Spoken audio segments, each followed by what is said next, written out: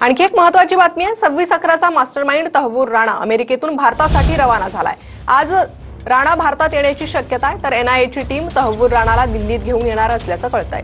राणा सुरुवातीचे काही आठवडे एनआयए कोठडीत राहण्याची शक्यता आहे। कडून भारतात एका कंपनीची स्थापना। हेडली 2007 ते 2008 दरम्यान 5 वेळा भारतात आला होता। हेडलीने राणाच्या मदतीने 5 वेळा व्हिसा मिळवला।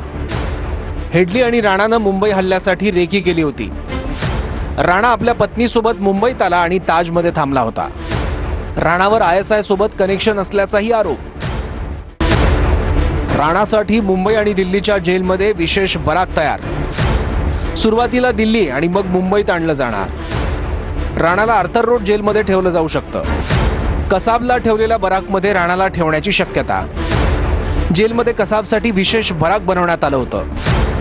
आर्थरमधील विशेष बराक जेलमधील सर्वाधिक सुरक्षित जागा समजली जाते।